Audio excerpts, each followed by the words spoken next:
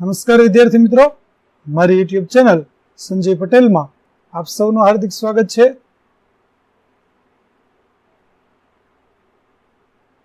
મિત્રો, આજના વિડીયોની અંદર આપણે ધોરણ 6 વિષય છે પ્રોજેક્ટ પ્રવૃત્તિ બુક, જેમાં પ્રોજેક્ટ પ્રવૃત્તિ નંબર 3 જેનું નામ છે મારી સચિત્ર પોથી, આ પ્રોજેક્ટ પ્રવૃત્તિની આપણે સમજૂતી મેળવવાના છીએ.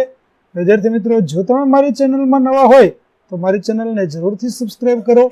વિડીયો સારો લાગે તો લાઇક કરો, શેર કરો અને બેલ નોટિફિકેશન ઓન કરો, જેથી મારા આગળના નવા વિડીયો પણ આપને મળતા રહે.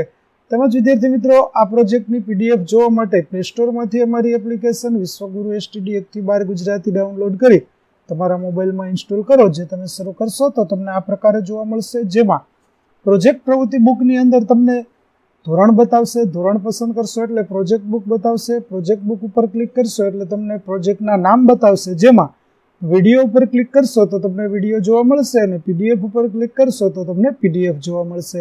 તો આશા રાખું છું અમારી એપ્લિકેશન આપ સૌને ગમશે. જરૂરથી ડાઉનલોડ કરજો મિત્રો, જે એકદમ ફ્રી છે, કોઈ પણ પ્રકારનો ચાર્જ નથી. તમે બિલકુલ ફ્રીમાં પીડીએફ પણ જોઈ શકશો. તો ચાલો મિત્રો, હવે આપણે શરૂ કરીએ પ્રોજેક્ટ નંબર 4. પ્રોજેક્ટ 3 મારી સચિત્ર પોથી. તમે સંસ્કૃત પાઠ્યપુસ્તકની શરૂઆતમાં કેટલીક ચીજ વસ્તુઓના નામ સંસ્કૃતમાં જાણ્યા હશે. અહીં તમારે વિવિધ વર્તમાનપત્રો, જૂના સામયિક અને અન્ય પુસ્તકોમાંથી તમને ગમતા ચિત્રો શોધી કાપીને આપેલ જગ્યામાં લગાવવાના છે. આ ચિત્રો તમારા પાઠ્યપુસ્તકમાં આવતા હોય તેવા ન હોવા જોઈએ, તેની ખાસ કાળજી લેશો. આવા ચિત્રો એકઠા થઈ જાય પછી શબ્દકોશ અને અન્ય પુસ્તકોની મદદ વડે તે ચિત્રો નીચે તેના સંસ્કૃત નામ લખો. ચિત્રો સાથે લખાયેલ સંસ્કૃત નામ તમારા મિત્રો અને શિક્ષકને બતાવી વર્ગ સમક્ષ વાંચી સંભળાવો. તમે લગાવેલ ચિત્રોના આધારે સંસ્કૃતમાં એક વાક્ય લખો. તો ચાલો વિદ્યાર્થી મિત્રો, આપણે ચિત્રો લગાવીએ અને તેના વાક્યો પણ જોઈએ. જુઓ, પેલું ચિત્ર છે મગર, જેને સંસ્કૃતમાં મકરહ કહેવાય. તેનું વાક્ય મકરહ જલે નિવસંતિ, એટલે કે મગર પાણીમાં રહે છે. એવી રીતે બીજું ચિત્ર છે કૂવો, જેને સંસ્કૃતમાં કૂપહ કહેવાય. તેનું વાક્ય તો મમ ક્ષેત્રે કૂપહ અસ્તિ, એટલે કે મારી વાડીએ કૂવો છે. ત્યાર પછીનો ત્રીજું ચિત્ર છે માળા, જેને સંસ્કૃતમાં માલા કહેવાય. તો એષ માલા અસ્તિ, આ માળા છે. ત્યાર પછીનું ચિત્ર આમમ, એટલે કે કેરી, જેનું વાક્ય અહમ આમમ ખાદામી, હું કેરી ખાઉં છું. ત્યાર પછીનું ચિત્ર છે સાયકલ, જેને સંસ્કૃતમાં દ્વિચક્રિકા કહેવાય. જેનું વાક્ય એતત મમ દ્વિચક્રિકા અસ્તિ, આ મારી સાયકલ છે. ત્યાર પછી ચકલી, જેને સંસ્કૃતમાં ચટકાહ કહેવાય. તેનું વાક્ય મમ ગૃહે ચટકાહ આગચ્છતિ, મારા ઘરે ચકલી આવે છે. ત્યાર પછી આગળનું જોઈએ તો ગ્રામઃ, એટલે ગામ.